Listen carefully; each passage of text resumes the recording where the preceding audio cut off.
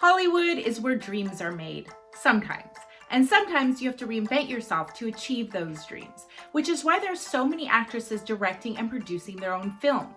You won't work if you're just auditioning for other people's projects. You have to create your own work. You actually have to. You must. Wow. You must create your own work. I've heard actors say this before. The best way to ensure you have a role in front of the camera is to get to work behind the camera and be the one making decisions. But I must admit, I was surprised to hear this from Bryce Dallas Howard, the star of Jurassic World and the daughter of iconic filmmaking legend Ron Howard.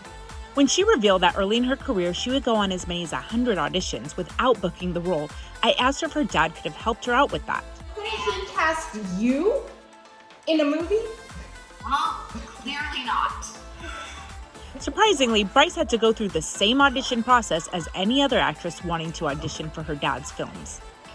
My dad did this movie called The Missing, and I had been like working professionally then at that point, and in theater. I hadn't done a movie yet, and there was a part. I read the script and I was like, oh wait, there's a part in this. Like I could like actually like maybe like go for this. And so I called my dad and I was like, Dad, would you be comfortable? Like, please just don't shut it down right now. Would you be comfortable if my agent sent in my materials to your casting director, and so that I could submit myself for an audition? You have to go through that process. You have to go through the channels. Oh yeah. Yes. Oh yes. So how'd she do auditioning for her dad, Ron Howard? Well, apparently he preferred a different actress. And the next week I'm like, so I'm gonna call about the audition and everything. That's cool.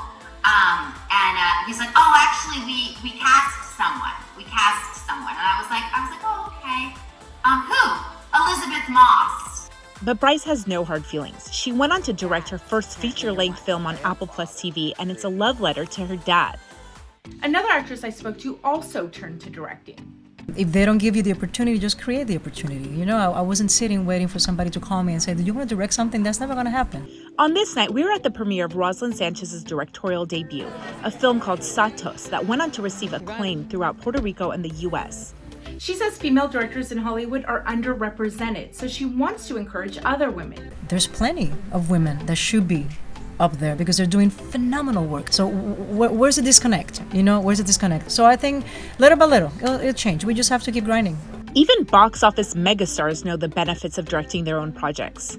Angelina Jolie told The Hollywood Reporter that she decided to direct her first film, In the Land of Blood and Honey, because she wanted to, quote, protect the material. She worried that if she didn't direct it, the story would turn into something different by somebody else. And Halle Berry essentially told Variety magazine the same thing about her directorial debut, Bruised. She said none of the other potential directors saw her vision, so she decided to direct it herself. But first, she had to convince the other decision makers. They're going to think I'm high, is what Berry told Variety. But it worked out for her, because she did it and reportedly got paid $20 million from Netflix. So bravo to her. If creating their own projects has led these women to so much success, well then I can only imagine that taking the initiative, no matter what field you're in, is good advice. And you may learn something in the process. Like Quentin Tarantino said, trying to make a feature film yourself with no money is the best film school you can do.